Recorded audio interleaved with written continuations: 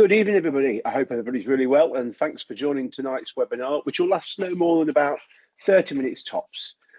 Tonight's webinar is going to be on a topic called The Art of Client Retention, How to Build Long-Term Relationships that Generate Referrals.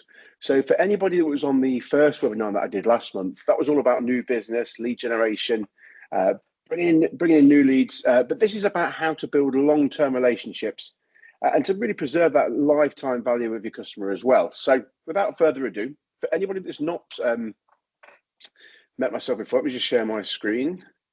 Share, there we go. So for anyone that I've not met before, my name is Gareth Love. I've worked in financial services since I was 18 years old, so coming up to 20 years now. Qualified as a mortgage broker in 2007. I now run a company called The Mortgage Experts, as well as a number of other companies. We've got a team of probably near 50 advisors now. So working in business across wealth management, commercial finance, insurance software. There's about 70, 80 people in the business at the moment. So my big passion is to help to drive the standards of advice that we have in the UK, because I think there's some absolutely fantastic mortgage brokers in the United Kingdom, but there's also seems to be a number of brokers that work for some of the more sort of larger companies or corporate companies that are just working a process, and they don't sort of build great relationships with customers, and there's probably more they could do to get better outcomes for their clients as well. So that's what this evening's webinar is all about. It will last for no more than 30 minutes, and hopefully you guys will be able to get some good value from it as well. So here's a question: if you could turn every satisfied client into a long-term referral partner, how much more could your business grow? So just think about that question. So if you could turn every single client into a long-term referral partner, how much more could your business grow? So I'm sure there's people in here that have been doing fantastic jobs so far, but in this webinar, we're going to discuss why referrals matter, the shift from closing to nurturing a customer, delivering exceptional service and staying in touch consistently, and being a resource, not just a provider. How to ask for referrals in the right way, but also rewarding loyalty and referrals and leveraging testimonials as social proof. So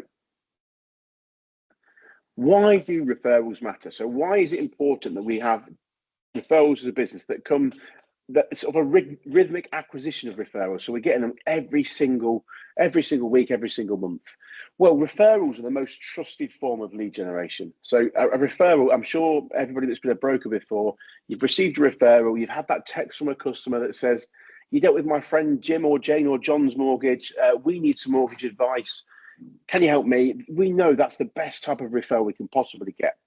In a way, your friend who's referred you has already sort of sold your service before you've even had to have that first initial conversation with the customer.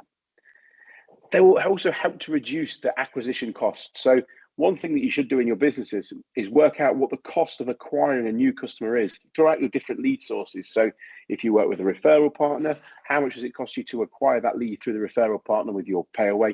If you're using social media or you're buying leads, what's the cost of acquiring that new customer? And what you'll find is that customers that are referred to you, their cost can be zero, but it can be very, very low, and the quality of the conversion of that client can be very, very high. So referrals are a fantastic way of generating new business. Clients that are referred by others are more loyal, and they're definitely more profitable as well. So they're more likely to take your advice on board. You know, their friends, their peer group, they've trusted that advisor. They've now want to engage with you. You've got that social proof there already. And it helps to build a sustaining pipeline as well. Referrals are, by intrinsic what they are, they're warmer leads. They already trust you because somebody's recommended you. As I said before, they're cost effective, and they tend to be a higher quality as well. So you'll find that when people are referred to you and they initially have that conversation, 9 times out of 10, they're probably further along that buying process. They're already sort of well into their sort of buying process or their remortgaging process, whatever it might be.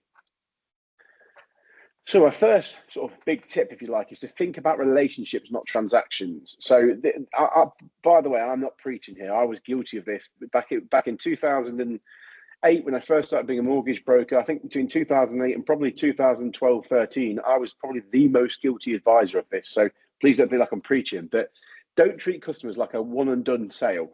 And what I mean by that is, we've all been there before where you've had that client that's come into the office and they're running late for their appointment in the evening. This is the old days of when clients used to come into the office. They maybe got an appointment at 6 and they didn't make it until 6:30, and you want to get home for your tea. So we rush through the appointment and we just do the bare minimum that we need to do to service that customer. But we can't think like that. So we need to aim for ongoing conversations, and you've really got to spend your time and building that trust. It does take longer nowadays to build that trust because clients can find out so much more information using the internet and different resources, that to build real trust and real value, it does take a little bit more time. Remembering things like anniversaries, and I'll come on to this later on, remembering things like anniversaries, mortgage completion dates, that sort of thing, celebrating milestones, like having a new baby, job, new home, that sort of thing. Focus on long-term value and not short-term wins.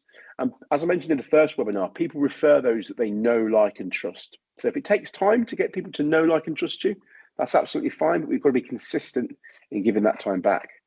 A little tip I've got is to use a CRM. There's loads of different CRMs you can use. There's free tools like Trello that you can use that we implement in our businesses, or you could use paid for systems like HubSpot, Salesforce, anything you want to do depending on the size of your business. But it's important that we don't just rely upon old-fashioned ways like writing things in a diary, because that tends to get forgotten very quickly. One of the most important things is having the right mindset. So I'm going to give you a quick little sort of anecdote, if you like, about how this impacted me. So one of my biggest hobbies outside of work is playing rugby. And in my rugby career as an adult, so best part of 20 years playing rugby as an adult, I've played in 11 semi-finals of different cup games. And I've never got to a final until last year when we finally got to one. We're always the bridesmaid, we're never the main event. So we finally got to a final, and I thought, if this is going to be my last shot at having a crack at a final, winning a bit of silverware, then I want to make sure that I prepared as well as I possibly can do for that one game. So I made sure that I ate really well the week before. I was going to the gym, stayed out in the pub and didn't drink alcohol. And the night before, I had a real good night's sleep. And I thought to myself, and we're playing by chance our biggest local rivals as well. So I thought this could be a fantastic day. I've prepared the best I could possibly do. And my feeling that I wanted to have is to make sure that I've put everything into that one game, and that I didn't want to leave anything out there on the pitch. And at the end, win or lose, that I know that I've done everything I possibly can to win that game. As luck would have it, we lost anyway, so it was largely irrelevant. But at the end of the game, I had that feeling that I personally couldn't have done more. And if I link that back to business, I think I've probably spoken to between 4,000 and 5,000 customers in my career as a mortgage broker. And I can't sit here with my hand on my heart and saying that I did a fantastic job to every single one of those clients. But that led me to think, what if I gave every customer, every 4,000 or 5,000 clients I've spoken to, a phenomenal service every single time, and I earned the right to ask for a referral from that customer? How different would my business look today, or 5 years ago, or 10 years ago? And the answer is, exponentially different. It'd be completely different business. So the mindset that you need to have as a broker to be a really successful broker, and I work with, and I know, and we work against some phenomenal brokers. What sets them apart is their mindset. It's not their ability or their knowledge necessarily, it's their mindset that they have, and that they don't treat customers as a transaction. It's treated as a new relationship that they can then nurture over for years to come. And that's a little bit about delivering exceptional service every time. We've got to be reliable. Too many times I see brokers, or I see clients that come to us in our business, and they talk about a broker that has promised them something and they haven't delivered on it, or they've been promised a call back. Sometimes we haven't got news to give people, but we know the process. As a mortgage broker, we know what steps need to happen in order for a client to get a mortgage offer, and we know that it can perhaps take time. But we need to communicate that effectively with the customer, because average first-time buyer that's never been through this process before in their life, they don't know that it takes 3, 4, 5, sometimes 10 days with mortgage lenders. So it's really important that we communicate effectively, be responsive, and be proactive. I think one of the biggest tips I could give any broker would be to not let a client chase you ever. You want to be in a situation where you are never ever having a client asking you what's going on, that you're always on the front foot. Like I said before, easier said than done sometimes, but it can be absolute golden in terms of building relationships if you're always on the front foot. And that's a little bit about going above and beyond expectations. Under promise and over deliver is a far better way of working than the other way around, by over promising and under delivering. And again, there's so many free tools that you can use, such as Trello, to manage that process. So one of the things that I did, it used to be a very old fashioned, we call it a 1 to 31. So it was the days of the month. And I'd put my clients in that order, and it was in an old ring binder folder, and I'd take them out and move them into the next week or the next day or whenever it might be. But you can use tools for free now, like Trello, to do exactly that for you. And it's simple, but it's so effective. It means that you're constantly, every morning you come into the office, or you go into your office at home, or wherever you're working from, and you can see straight away the 5, 6, 7 people that you need to have a conversation with, and just make sure you're doing that before the customer comes to you. I mean, that really does make clients feel valued and understood. I mean, one of the little tip, well, it's just off the top of my head, but one of the little tips that I was given way back as an 18-year-old mortgage broker in my pinstripe suit was to save any clients in your phone, save them as, work for the client's name and phone number. So when, John rings me, I can say, "Hi, John, how you doing?" And straight away he knows I value his relationship as much as he values mine. So just a little tip there, but that used to work so well in terms of building rapport with customers. Yeah, and even things like, example, after you've got a mortgage offer for a customer, send a handwritten thank you note, not just an email. Emails are so impersonal nowadays. It costs next to nothing to send a handwritten thank you note and a checklist for the next steps. There's loads of tools online you can use, and you can engage people's services to design you a next steps, what to do now, sort of next steps. You could deliver that if it's local to you. You could drop it through the door, or second class post is like peanuts nowadays. It doesn't cost. These things don't cost money to do. So one of the things we spoke about with our mortgage brokers, which has had a profound impact on our business and in terms of retaining those customers and gaining more referrals, is having a consistent plan for staying in touch with customers. So this is just an example. You can design your own plan around this. But these are the I think there's 8 steps here that we use with customers between their completion date and the next time we speak to that client. So a little fact for you: have a think to yourself, how many new people a year does the average person meet in a typical year? And the answer is for most people, it's between 600 and 800 new people. So as a mortgage broker, when you do a fantastic job with the customer and you think they're going to remember me, they're definitely going to use me the next time, when their 2-year fixed rate comes to an end, they'll come back, they'll ring me. But the reality is they're probably going to meet 1,000, 1,200, 1,400 new people in that time. And one of those people could be a mortgage broker. Or they could forget who you are because you were a fleeting part of their life in that 6-month period of buying that first property or moving to that new house. So it's important that we have a regular communication strategy, an actual strategy in place to communicate with those people. So for us, what that looks like, on the day of completion, or maybe the day before completion, because completion days are very busy with packing and moving, but just a quick phone call to congratulate your client. You probably spent a lot of time talking to them over that 4, 5, 6 month period. And this is the happiest day of one of the happiest days of their lives, isn't it? Outside of probably getting married and having children, buying a new home is a fantastic day.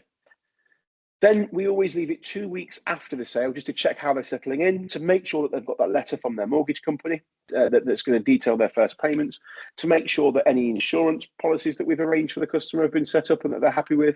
But it's just it's a two weeks after the main event, when everything's calmed down and they've got the house unpacked. It's just a quick call or a WhatsApp message or an email, well, not an email, but a call or a WhatsApp message to say, how are they settling in?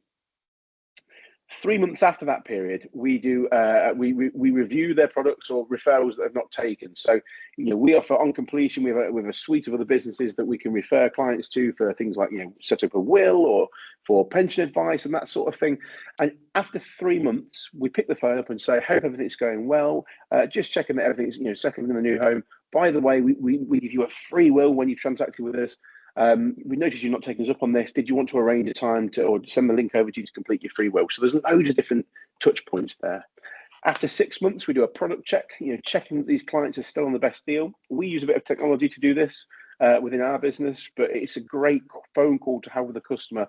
And what a proactive way of approaching your customer, by saying, look, just to let you know, we are constantly checking your mortgage deal to make sure that you're on the right interest rate. Bearing in mind, interest rates have over the last couple of years started to drop. not where we need to be, but they've started to drop. But it's a really positive and it's a really front foot conversation to be having with the customer. It shows how proactive you are as a broker. And then 11 months after completion, we give them a call to talk about a general insurance renewal. It's something that it's a boring job. When my home insurance is due for renewal, it's not something I want to do. If a broker can give me a call, talk me through my options, talk me through my renewal and what options are out there, and check that I've not had any changes, that takes a job away from me. So in that first year alone, you've had 5 touch points from the point of completion. So that person has got much more chance of remembering you in the future. Then 1 year afterwards, we always send a celebrate their home anniversary, a handwritten card. It's a note you can put in your diary or into your Trello, but we just send them a handwritten card to say, happy anniversary of the new property. We encourage advisors to include a business card in there as well, or maybe 2 or 3 business cards to give out to people, or refer a friend scheme or anything like that we do, just to keep it at the forefront of their mind. 40 months in, we'll send a recommendation email. So this is where we'll actively ask for recommendations. So the way that we do that, and we don't shy away from asking for recommendations, the way that we do that is by saying that our business is built on referrals. We work with introducers, but a huge portion of our business, probably 25%, a quarter of our business, is built on recommendations and referrals into us. And if you've done a fantastic job and you've been on the front foot and you've been a real asset to that customer during their house buying journey, I think you've earned the right to ask for a referral. So at that point, you can go to your client and you can say, look, my business is built on referrals. It's the way that we grow. We're taking on new clients at the moment. Could you refer 2 people to me that I could work with, that I could support, either buying a house or remortgaging a house? And the reason I said 2 people there is because if you ask somebody to refer 2 people to you, they will find you 1. They go, well, I've got 1. I need to find a second one, but at least I've got 1. If you ask somebody to refer anybody that you can, it's not tangible. It doesn't really hit the spot. So most people go, yeah, of course I will. And then they maybe do if somebody asks the question. But if you ask for 2 referrals, you'll find that your clients will actively hunt. They'll talk to you, to their friends and family and their colleagues and peers and that sort of thing. And then 16 months into the conversation, it's nearly time. It's a nearly time contact. That's when we target our clients for their remortgages. We get in touch with those clients 6 months before that 2-year period has ended. After 18 months is when we start to look at their 2-year, if it's a 2-year deal, but that's when we'll start to speak to these people. At 16 months, we will contact them again with a WhatsApp message and an email to say, it's nearly time, we are going to be in touch, this is what we're going to be doing. And actually what you find there is when you've got 8 different touch points, they're expecting you, they've put their trust and they are relying upon you to come to them to tell them when it's right to remortgage. We've all been guilty in the past of not having this process in place. And what then happens is the client's coming to you to say, I thought you were going to get in contact with me, but you've been really busy on the new business stuff because the market's picked up and all of a sudden it's a rushed process. And then when it's a rushed process, you're just fighting fire. Worst case scenario, we're doing a product transfer that doesn't earn anybody any money. It's not the best interest for the customer, but also you've not got that sort of relationship where you can upsell other services that you offer, like protection and whatever it might be. So this will give you a really front foot way of attacking your client bank and make sure that you're consistently getting leads back. Another little top tip there is post helpful content on social media. Encourage, follow your clients on social media with your business profile. They'll follow you in return. Most people tend to follow each other. So if I followed you, you will follow me. Keep it professional, but there's so much helpful stuff that you can do on there, talking about the housing market, talking about the mortgage market, what's happening in the microeconomy, in the area that you live, loads of different things. And I also mentioned use a CRM to keep track of touch points as well. The CRMs that I mentioned before, the one that we utilize massively in our business and it doesn't cost money is Trello, which is a fantastic tool. So be a resource, not just a provider. Share useful tools, guides, updates, even when you're not trying to sell anything, because people can see through salespeople nowadays. They don't want to be sold to. This is using that sort of jab, hook methodology of selling, where be more helpful than you are trying to sell. So useful tools, guides, updates, whatever it might be, just putting the content out there because people do consume it. So we do an awful lot on social media and people consume it, and we do get a lot of leads back from it. We don't actively go out there and ask for leads. We're just constantly putting stuff out there to our target customer base. Help with non-transactional questions. So things like moving tips, school guides, location reviews. If you want to be the master and the key person of influence within the mortgage market in Leicestershire or your village in Leicestershire, where I live, then you can help with location guides around that and moving tips and what's happening in the local housing market. If you're putting that content out there, people will consume it. you will become the go-to expert. And even if it's not the right time for that customer to engage in your service, they will refer you to their friends and family as well, and you'll become the person that people come to as a broker. So that's the key message with this slide. You've got to become the go-to person for more than just mortgages. Don't just talk about mortgages. The housing market, the economy, whatever it might be, there's so much we can be doing that doesn't cost us money. We can get out there in front of clients and start building our personal brand as well. So asking for referrals the right way. Sometimes I've always found this a little bit strange, but sometimes people can be, advisors and brokers can be a little bit awkward in asking for referrals, which is a bizarre thing. My opinion has always been that if I've done a fantastic job and I've really added value to you and your journey as a buyer or as a first-time buyer or a remortgager, I've earned the right to ask for a referral. And sometimes we have to put ourselves out there and we have to do things that are a little bit more uncomfortable, but there are ways that we can make it comfortable. So using soft language like, if you know anybody else that might benefit from this kind of support, I'd love an introduction. An even better way would be, who else do you know that could benefit from our services, that can benefit from my knowledge? Because most people know somebody that's either buying a house or remortgaging a property. It's all within the timing as well. So you've got to time it right. Do it after success. So after we've got that, when you've got that mortgage offer and you've rang your client to tell them, congratulations, the mortgage offer's in and we'll be sending it to you in the post. That's the right time to ask for a referral. The wrong time to ask for a referral, which sounds basic, but I've seen it happen, is during the stressful periods of time, which is leading up to the mortgage offer or trying to arrange and negotiate moving dates and the exchange of contract dates. That's a difficult time to do it because the client's frame of mind, even though you might have done a brilliant job, their thought process is very much around what their challenges are at the moment. So if you can do this at a time that the client's happy and they feel like they've got a great service, that is exactly the time to ask for that referral.